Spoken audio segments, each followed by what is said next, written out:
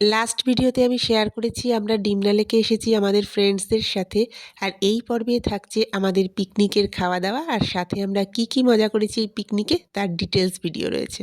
আমি চাউমিন বানিয়ে নিয়ে এসেছিলাম সবার জন্য, তো প্রথমে সেই চাউমিনই খাওয়া হচ্ছে। যেহেতু এখানে এসে আমাদের খাওয়া দাওয়া করার প্ল্যান ছিল, তাই প্লেট, চামচ, ছোট ছোট কাপ, বাটি সমস্ত কিছু আমরা আগে থেকেই প্ল্যান করে ঠিক করে নিয়েছিলাম কে কি নিয়ে আসবে। তো সেই অনুযায়ী সবকিছু গুছিয়ে নিয়ে এসেছি। এখানে অনেকেই আছে যারা ননভেজ খান না, তো সেই জন্য আমি আজকে বানিয়ে নিয়ে এসেছিলাম ভেজ চাউ। আর বাচ্চারা খাবে বলে ওদের জন্য আমি ঝালও দিইনি, আলাদা করে গোলমরিচ, সস এগুলো নিয়ে এসেছিলাম। আমাদের প্ল্যান ছিল আমরা ব্রেকফাস্টটা এখানে এসে করব, আর ফেরার সময় কোথাও একটা লাঞ্চ করব। তবে যেহেতু আমরা 10টা নাগাদ বেরিয়েছি, সবাই তো বাড়ি থেকে অল্প কিছু না কিছু খেয়েই এসেছে। এখানে এসে এসে এই খাবারটা খেতেই আমাদের অনেক দেরি হয়ে গেল। আর এখানেই তো শেষ নয়, এরপরে আমাদের মেনুতে ছিল পাও ভাজি।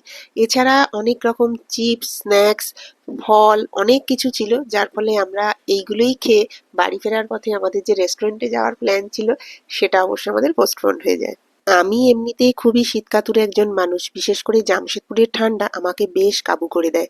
তবে শীতকালের এই ঘুরে বেড়ানো, পিকনিক এগুলো কিন্তু দারুণ লাগে। আমি যেহেতু ফেসবুকে ভিডিও দিই, তাই আমি যেখানেই যাই চেষ্টা করি ভিডিও করতে, সবটুকু ক্যাপচার করতে। তবে সবার সামনে আমি একটু সংকোচ হয় বা একটু আমি লজ্জা পাই, কিন্তু এরা মোটামুটি দায়িত্ব নিয়ে আমাকে ভিডিও করিয়ে দেয়। আমি আমাদের এই পিকনিকের অলরেডি আরো কিছু ভিডিও পোস্ট করেছি, ওগুলো দেখলেই বুঝতে পারবেন জড়তা মোটামুটি যেটুকু আমার ছিল এরা দায়িত্ব নিয়ে সেইটুকু কাটিয়ে দিয়েছে। আর আর্যবাবুর বন্ধুগুলোরও খুব উৎসাহ। ওরা এসে বলবে, আন্টি তুমি ক্যামেরাটা অন করো, আমি একটু কিছু বলবো। ওরা নতুন নতুন কোনো নাচ গান কিছু শিখলেই এসে আমার কাছে আবদার করবে যে আন্টি তুমি ক্যামেরাটা অন করো, আমরা দেখাই। আর্যরা এতক্ষণ নিজেরা খেলছিল, এবার ওদের দাবি ওদেরকে একটু সঙ্গ দিতে হবে। তো একসাথে সবাই মিলে ওই জন্য আমরা একটু খেলছি, মানে ওদের সাথে ওদের মতো করে একটুখানি খেলছি।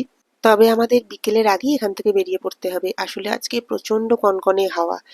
তো সেই জন্যই আমরা ভেবেছি ওই 3টে, 3:30-র মধ্যে এখান থেকে বেরিয়ে পড়বো। এরা হচ্ছে আর্যর বন্ধু জয়ী আর আরনা। ওরাও আজকে প্রচুর গান শুনিয়েছে, যেগুলো আমি আস্তে আস্তে সব আপলোড করব। এরা হচ্ছে প্রীতি আর নিশা। এদের আপনারা আমার আগের অনেক ব্লগেই দেখেছেন। ওদের একটু ভিডিও শুট করার ইচ্ছে ছিল, মানে রিল বানানোর ইচ্ছে ছিল, তো সেটাই আমি ক্যাপচার করছিলাম। প্রথমে একসাথে ওরা করলো, তবে একসাথে থেকে আলাদাভাবে বেশি ভালো লাগছিল। তো সেই জন্য আবার আলাদা আলাদা করে করা হলো। আর এখানে কুশ কাঁদছে, কারণ ওর মা ওকে রেখে বাবার সাথে এরকম ডান্স করছে, সেই জন্য ও কাঁদছে। প্রথমে প্রীতি আর তারপরে এই যে নিশা, দুজনেই খুব সুন্দর করেছে। তবে এবার আমাদের বাড়ি যাওয়ার সময় চলে এসেছে। আজকে সবাই মিলে হই হই করে কিভাবে সময়টা যে কেটে গেল বুঝতেই পারলাম না। এবার আমরা বাড়ি ফিরছি, আর আজকে ভিডিওটা এখানেই শেষ করে দিচ্ছি। আপনাদের কাদের কাদের শীতকালে এরকম পিকনিকে যেতে ভালো লাগে অবশ্যই কমেন্টে জানাবেন। अभी आप लोगों का पैकअप हो चुका है। अभी हमें कहीं फिर जाना है हमारी नेक्स्ट डेस्टिनी जब आएगी, तो फिर हम लोग आप बहुत से जल्दी हम आपसे मिलवाएंगे, मिलते हैं। मिलते हैं। आप हमारे साथ यूं ही जुड़े रहे।